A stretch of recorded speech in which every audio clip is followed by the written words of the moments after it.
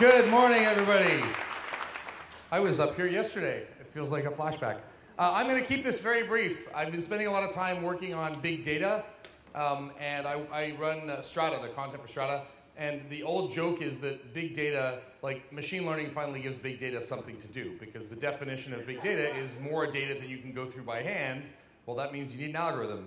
And if you're smart, your algorithm keeps getting smarter, and that's machine learning. And as I look at this, I see that people talk about AI as either this savior that's going to come and solve the world's problems with some kind of benevolent superintelligence, or it's this incredibly malevolent doomsday machine that's going to eat us all and use us as batteries. And there's probably somewhere in the middle. So I'm going to talk about the unreasonable power, but also the incredible fragility of artificial intelligence. Because as you have no doubt seen from the news, artificial intelligence is insanely good at things. Like insanely good at things. You know, you show it Breakout, and within 3 hours, it not only beats any human's score ever, but also finds Easter eggs and backdoors in the game that the designers didn't know about to beat the highest recorded human score ever. That's pretty unfair, and it's really good at specialized tasks. Now, I don't have a microphone, so I'm going to play this. I'm going to play the role of a Tesla alarm, but this is a Tesla car driving down the road. And the Tesla car is going to see an accident long before you will. So I'm going to make a little noise when the Tesla car made the alarm and hit the brakes. If you watch this, it's just driving along. Everything's fine. Everything's fine. And then right about here, there's a beep, beep, beep. So watch that again. I'm going to do my incredible impression of Tesla. So here's the car driving along. Beep, beep, beep, beep. And the car stops, and everyone's okay, and the accident was avoided. No human would have seen that coming. So when a machine is better than a human at a task like this, it becomes immoral not to use it. Like, it's going to be, you know, oh, you have a driver's license? Are you a hobbyist? Like, seriously, that's not even a funny joke. That's legitimately going to be like, well, where do you drive? Is there, oh, there's an abandoned mall we use for racing. Classification, unfortunately, is not understanding. What I showed you here is mostly classifiers. Because the reason that these computers are so good at what they do is often not intelligence. It's constant attention. That Tesla saw the accident because A, it's always paying attention, unlike a human driver, and B, it has other sensors. It has LiDAR up on the roof. It's maintaining a pattern of observation in 360 degrees. None of those are actually machine learning algorithms. They're just really good sensors that are looking everywhere at once, that aren't getting distracted by what's on the radio or texting or talking to someone, that are able to see over the roof of the car, which the human driver couldn't. So what looks like really impressive machine learning is often actually the classifiers, the data fed to the classifiers, how it's collected. It's often those other sensors. Like, you could say there's this machine learning algorithm to predict heart attacks, but part of that is there's a thing taking your pulse all the time and never getting distracted. So we misunderstand some of the power of machine learning because simply classifying a thing is different from understanding it. And machines are very easily tricked. There's a great example of this in a research paper. These people put on glasses to try and confuse the computer. So they looked at how a computer was recognizing a known face, reverse engineered what needed to be in the image to confuse it. So when this guy puts on these glasses, it thinks it's Mila Jovovich. Here's another example. Now, these are some of the researchers. But like, just by putting on the glasses, the computer thinks you're a different person. So this leads to some fun hijinks. If you show these images to a computer that thinks they're a robin, a cheetah, an armadillo, and a lesser panda, simply by reverse engineering the classifying algorithm, they gave us that classifier. So anybody want to play a game? What's this? It's a steering wheel. That's how a computer vision algorithm classifies a steering wheel. What's this? Looks like the HAL 9000, right? No, it's a projector. And once you say that, you're like, yeah, I can see that. It's a projector. Okay, how about that? This is a peacock, right? How about this one? This is a Christmas stocking. Now, what's weird about this? Anybody about this one? This is a clock radio. And once you see them, you're like, oh yeah, that is a clock radio. It's not how I recognize one, but it's a clock radio. So yellow and black stripes horizontally are a school bus. Now I'd like to start selling t-shirts to cyclists of yellow and black stripes so that all the self-driving cars within a 500-mile radius screech to a halt when I get on the road. This is pretty fragile, right? So it's awesome and incredibly fragile. Anybody? Pan flutes, right? This is pretty weird. So there's other problems with the bias.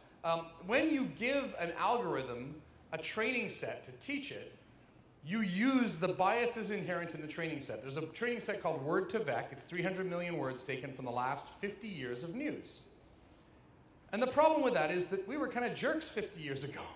So when you train algorithms for things like predictive text or semantic analysis, you teach it that a father is to a doctor as a mother is to a nurse. You teach it that a man is to a programmer as a woman is to a homemaker. You teach it that a black male is to assaulted as a white male is to entitled. Because that's what 50 years of news had in it. And there's actually an MIT project underway to get this kind of gender and race imbalance out of the data sets because they're inherent in there. So even when you have a good algorithm, you're training it on bad data, you get biased results. This is a pretty scary graph. This is basically gender profession in these words within the thing. So over on the left, you have nurse, librarian, nanny, stylist, and dancer, the female terms. Architect, captain, philosopher, legend, and hero, the male terms. That's a bit of a problem. We may want to fix that, right? So I'm going to ask you a test. You've been diagnosed with a horrible disease, cancer, let's say. And I have two possible approaches. The first is I have a proven cure for cancer. I know the causal pathways, I know how it works, and it's 75% likely to save your life. The second is some kind of AI correlation thing that just came out, and it's pretty cool, and it's 95% effective based on the data we've seen in the classifiers, but it's based entirely on, we don't know why. It's a set of treatment that the AI says will have a 95% effectiveness, but we don't understand the causality. How many people here want the 75%?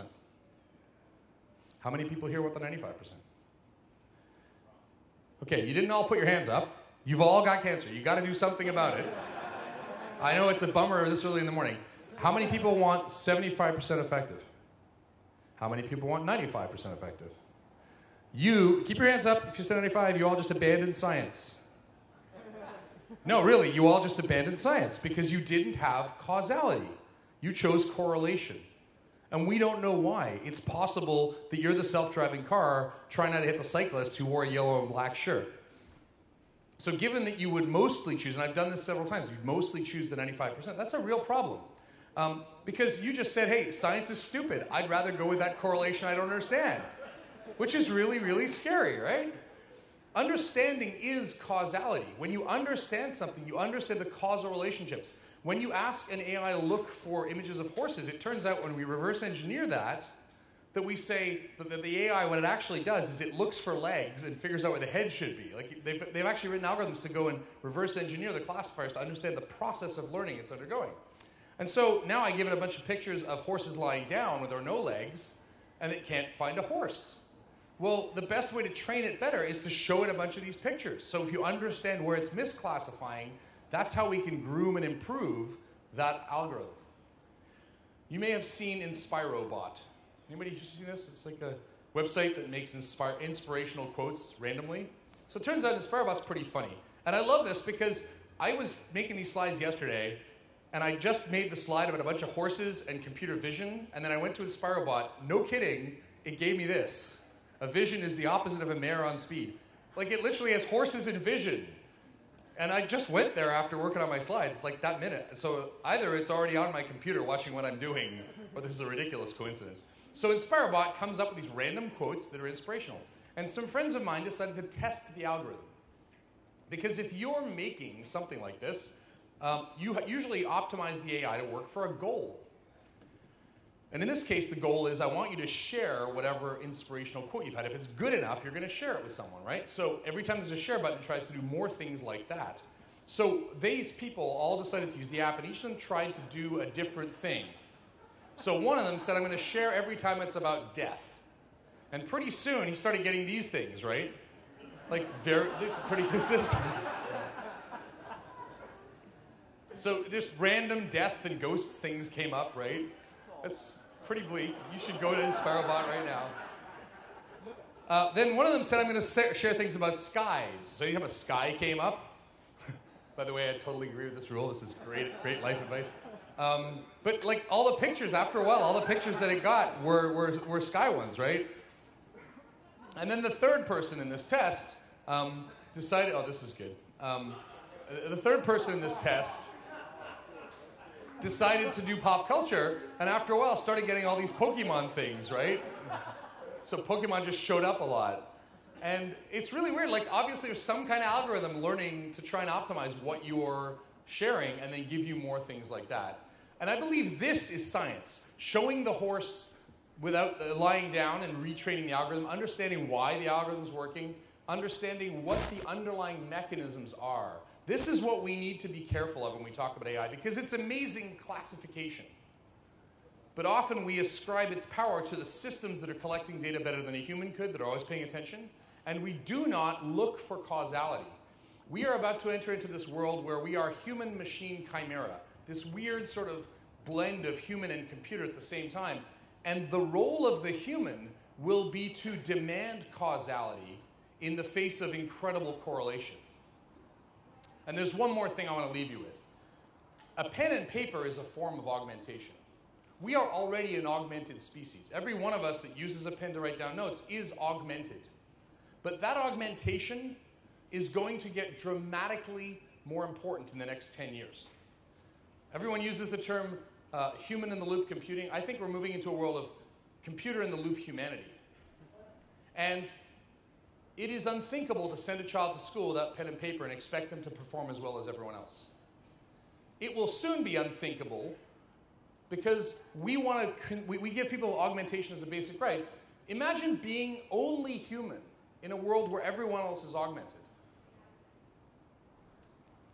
We have to be very aware of a caste society form, where there are those that have access to augmentation and are superhuman, and those that are merely human, and what that would mean for employability, for quality of life, for all sorts of things. I think we're in a world where this kind of classification, when married with the causal ability of a human, gives us superpowers, and we need to be very aware that as a society, those superpowers need to be available to everyone else, or we're going to create an incredible digital divide.